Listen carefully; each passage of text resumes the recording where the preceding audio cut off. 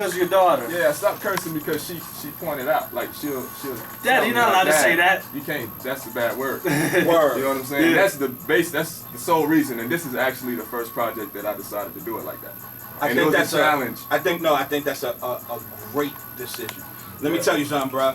I think that artists make the mistake that they, you know, in their creativity and talking in the ways of the time that it is now, people do cuss.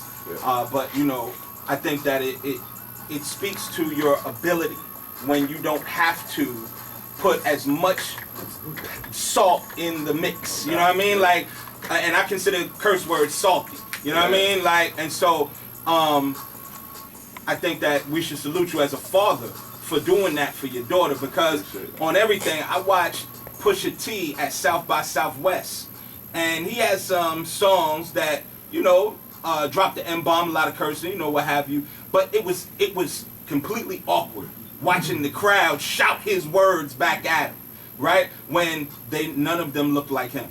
You know what I mean? Yeah. And so I think that you have to be conscious about, yo, this is your legacy. That's the word I'm looking for. This is your legacy. This is what you leaving for your family to remember. When they listen, when you're an old man, when you ain't doing music no more. No doubt. You know what I mean? Yeah. They're going to listen to it. And you want them to have something. Believe me, there's some people that ain't going to have nothing for their kids but trash. Sure. You know what I mean? And then the crazy part about it is, like, in my material, cursing is so unnecessary because you don't even notice that those words are missing. Right. You know what I'm saying? Like, you can listen to the whole thing and you won't even notice that I ain't say an N-word or nothing. Yeah, because You know I mean, what if the flow's If on you point, spitting, then it music's don't good. matter. Yeah, exactly. You know what I mean? Those words don't make you any nicer of an MC, in my opinion. Exactly. You know what I'm saying? Some of the wackest MCs be cursing up a storm. Oh, Storm. All they doing is cussing and jumping up and down.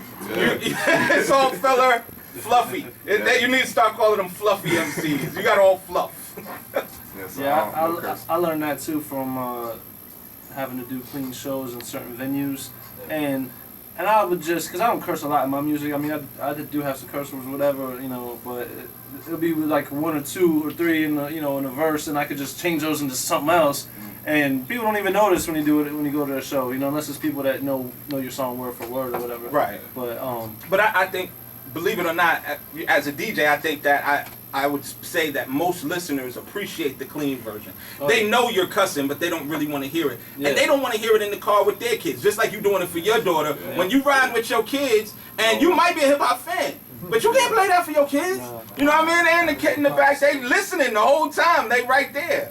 You know, so I think that I think that's a good choice. And I hope that you drop, I feel like you're dropping a jewel on MCs that may be listening. Yeah, you know I what I mean? so. And then my thing is too, like, I don't want nobody to get it twisted. Like, I don't knock nobody for what they do.